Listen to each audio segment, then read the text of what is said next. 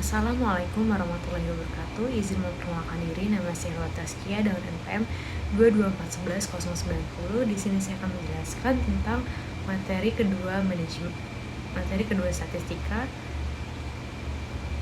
yaitu data populasi, sampel, penyajian data atau tabel data dan diagram.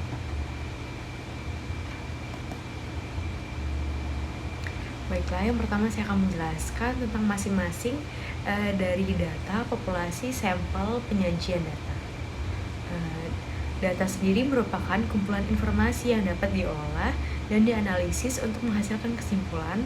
Data dapat berupa angka, teks, gambar, atau suara. Data dapat diperoleh dari berbagai sumber, seperti survei, wawancara, eksperimen, atau pengamatan. Kemudian setelah pengertian dari data, di sini saya akan menjelaskan tentang populasi. Nah, populasi adalah keseluruhan objek yang diteliti. Populasi dapat berupa orang, barang, hewan, atau fenomena. Nah, populasi ini dapat bersifat terbatas atau tidak terbatas. Kemudian pengertian dari sampel. Sampel merupakan sebagian dari populasi yang dipilih untuk diteliti. Nah, sampel ini tuh harus mewakili populasi agar hasil penelitian dapat generalisasi ke seluruh populasi. Kemudian di sini ada penyajian data. Pengertian dari penyajian data yaitu pada penyajian data memaparkan data yang sudah dikumpulkan dalam bentuk tabel ataupun dalam bentuk diagram informasi yang dapat dipahami. Kemudian di sini ada jenis-jenis penyajian data, yaitu ada dalam bentuk tabel ataupun dalam bentuk grafik. Kemudian di sini ada macam-macam bentuk tabel. Macam-macam bentuk tabel itu ada 3. Yang pertama ada tabel satu arah, kemudian ada tabel 2 arah, dan juga ada tabel 3 arah.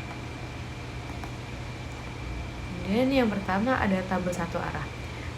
Tabel satu arah itu merupakan tabel yang menyajikan data tentang satu karakteristik saja. Nah, karakteristik tersebut itu dapat berupa jumlah, frekuensi, ukuran, kadar atau presentasi, dan lain sebagainya. Kemudian ada tabel dua arah. Nah, tabel dua arah ini merupakan tabel yang menyajikan hubungan antara dua karakteristik. Misalnya, data jumlah penduduk menurut umur dan jenis kelamin. Kemudian asal daerah dan juga agama. Dan juga contohnya misalnya jumlah mahasiswa menurut jurusan dan juga jenis kelamin ataupun gender dan yang lain-lainnya. Kemudian ada tabel 3 arah. Tabel 3 arah ini merupakan tabel yang menyajikan hubungan antara 3 karakteristik. Contohnya, data penduduk berdasarkan kecamatan, kemudian jenis kelamin dan juga umur, atau data mahasiswa berdasarkan gender, jurusan, dan juga asal daerah.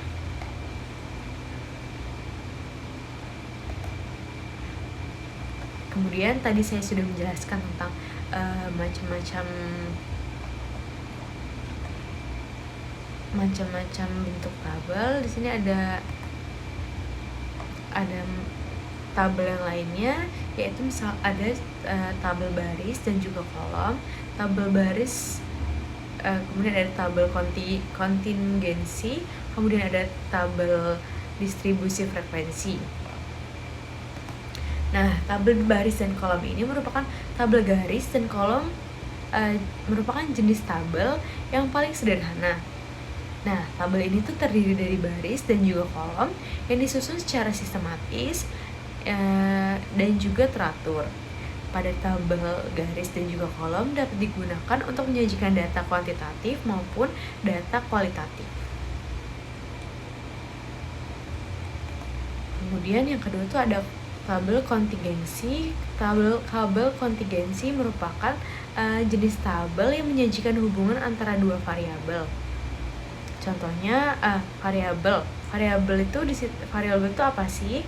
Nah, variabel itu adalah karakteristik yang dapat diukur atau dapat diamati. Kemudian tabel kontingensi ini terdiri dari 2 kolom yang berisi data dari 2 variabel yang ingin disajikan. Kemudian yang ketiga itu ada tabel distribusi frekuensi. Nah, tabel distribusi frekuensi ini merupakan jenis tabel yang menyajikan data kuantitatif dalam bentuk frekuensi. Pengertian frekuensi sendiri adalah jumlah data yang muncul dalam suatu kategori tertentu. Nah, tabel ini didistribusi frekuensi terdiri dari 2 kolom, yaitu kolom kategori dan juga kolom frekuensi. Setelah tadi saya menjelaskan tentang macam-macam tabel, yaitu yang ada 6 macam, kemudian saya akan menjelaskan tentang bentuk-bentuk grafik atau macam-macam bentuk grafik.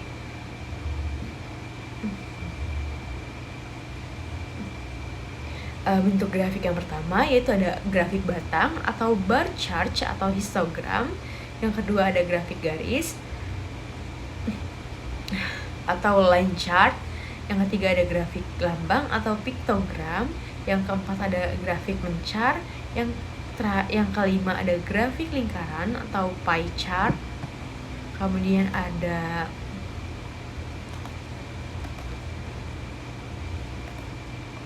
bentuk-bentuk grafik itu tadi ada 5. Kemudian saya akan menjabarkannya.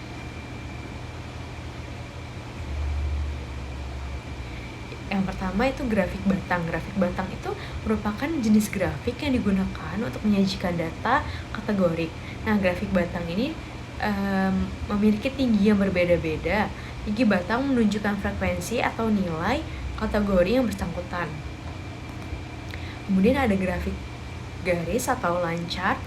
Grafik garis ini merupakan jenis grafik yang digunakan untuk menyajikan data kuantitatif yang berubah secara kontinu.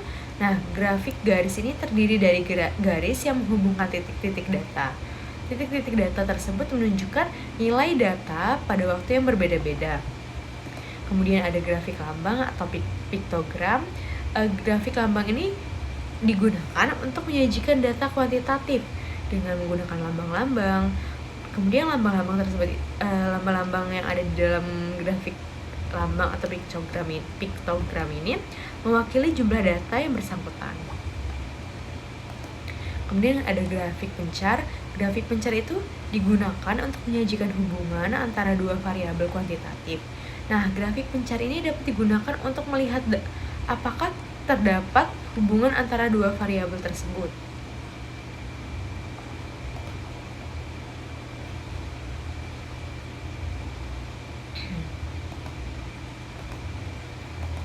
Kemudian ada grafik lambang, ada grafik lingkaran, yaitu grafik yang terakhir.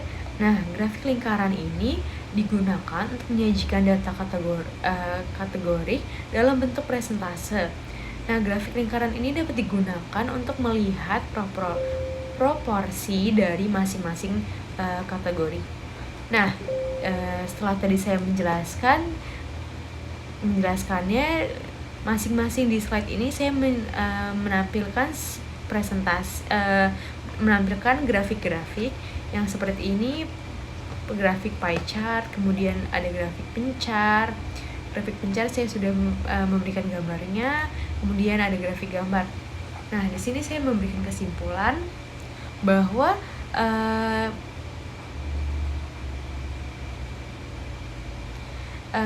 dalam bentuk tabel itu ada 6.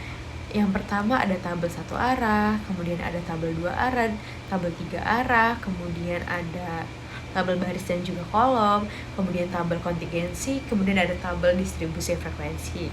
Setelah tabel yang ada 6, kemudian ada grafik. Nah, grafik ini ada 5 bentuk-bentuk grafik atau macam-macam grafik, yaitu grafik batang, grafik garis, kemudian ada grafik lambang, terus kemudian ada grafik pencar, dan juga yang terakhir ada grafik lingkaran.